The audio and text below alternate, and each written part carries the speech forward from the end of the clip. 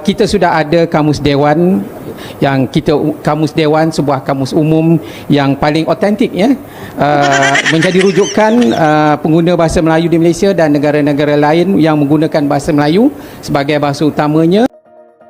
Halo guys, ada klaim yang lucu sampai guling-guling kalau kita mendengarnya. Malaysia mengklaim bahwa Dewan Kamus mereka kini menjadi rujukan utama untuk negara-negara lain dalam bahasa Melayu seperti Indonesia, Brunei Darussalam, Singapura, Thailand, dan Filipina. Waduh, klaim yang halu, waham dan denial syndrome ya. Padahal kamus mereka itu diambil dari bahasa Indonesia dan wilayah-wilayah di Indonesia. Jika mereka saja mengadopsi kata-kata bahasa Indonesia, bagaimana bisa kamus mereka menjadi rujukan untuk negara lain? Jadi pada tahun 1963, usaha untuk menghasilkan kamus dewan, itu sebuah kamus yang baharu, sudah mula difikirkan. Dalam keadaan kita yang baru ditubuhkan ya, pengalaman perkamusan itu belum ada. Jadi pada masa itu kita masih baru dalam perkamusan dan kita telah mendapat bantuan daripada UNESCO.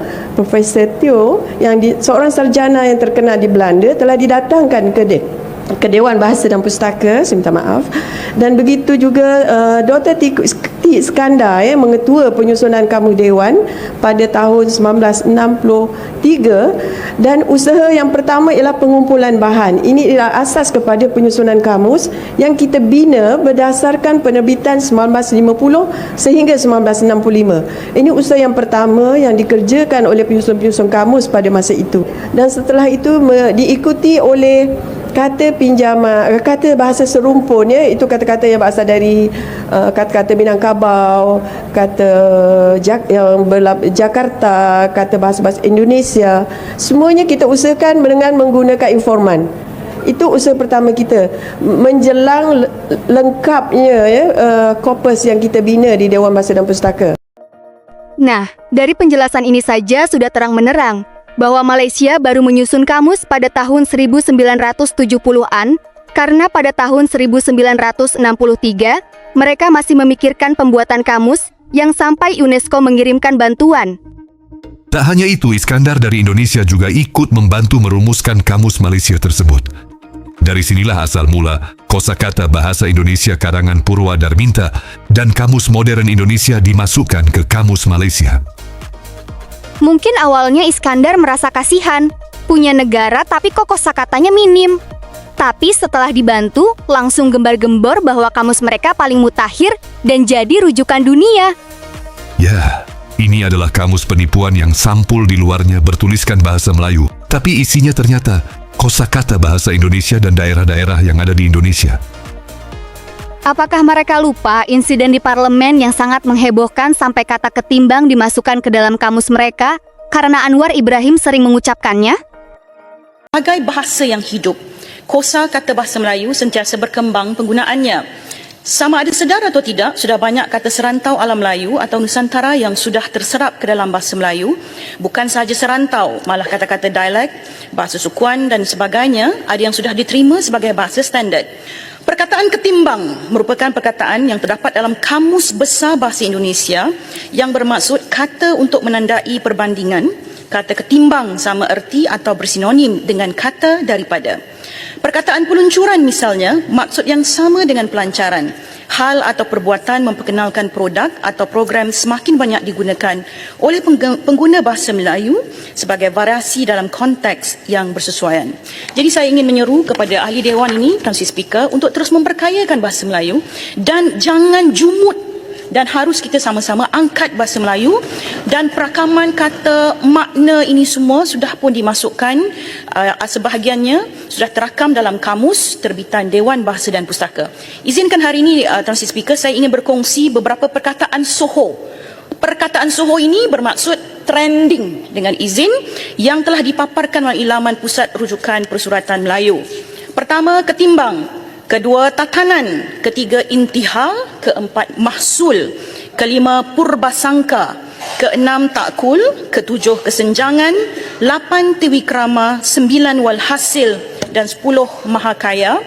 11 kebenakaan dan 12 tata kelola.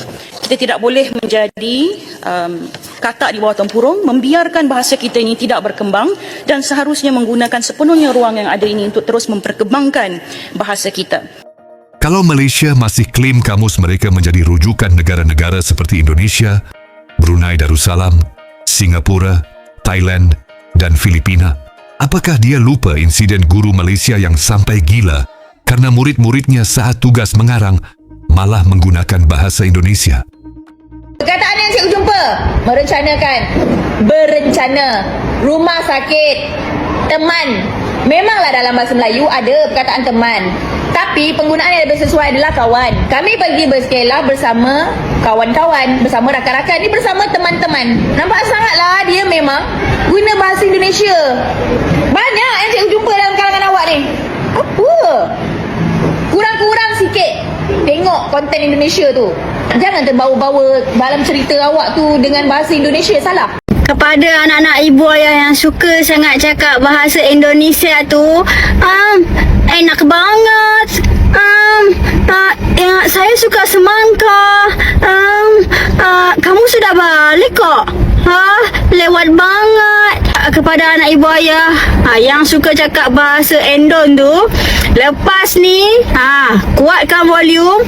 Ibu ayah boleh packing baju dia, bungkus baju dia, bungkus seluar dia, tudung dia, semualah keperluan pakaian dia. Lepas ni kita hantar dia pergi Indonesia. Sebab dia tak nak jadi orang Malaysia. Dia sibuk sangat nak cakap bahasa Endon, semangka, enak banget. Dia sibuk sangat. Esok kumpulkan semua, esok dekat LA kita naikkan dia kapal terbang pergi Indonesia. Dia sibuk sangat nak cakap bahasa-bahasa bukan bahasa dia. Bahasa dia sepatutnya bahasa Malaysia. Dia kena cakap betul-betul. Saya nak tembikai. Sedapnya. Hari ni saya letih.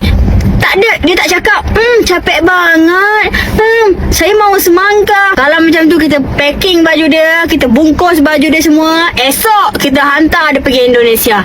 Tak payah balik-balik rumah dah, tak payah duduk dengan ibu ayah dah, tak payah. Suka cakap bahasa Indonesia kan, tak suka cakap bahasa Malaysia kan, tak payah duduk Malaysia dah. Saya dulu pun suka tengok cerita Nabila takut, ya Allah Nabila takut. Ketika sehat ingatlah pada Allah, ketika sakit ingatlah pada Allah. Tapi tak ada pula cakap bahasa Indonesia. Elok je ni sampai besar cakap bahasa Indonesia. Kenapa adik-adik nak ikut cakap bahasa Indonesia? Ibu ayah packing baju dia, hantar Indonesia sekarang. Okay? So ibu ayah boleh follow teacher untuk tips yang seterusnya. Jom kita hantar dia pergi Indonesia. Ini cerita aku, teacher Saleha.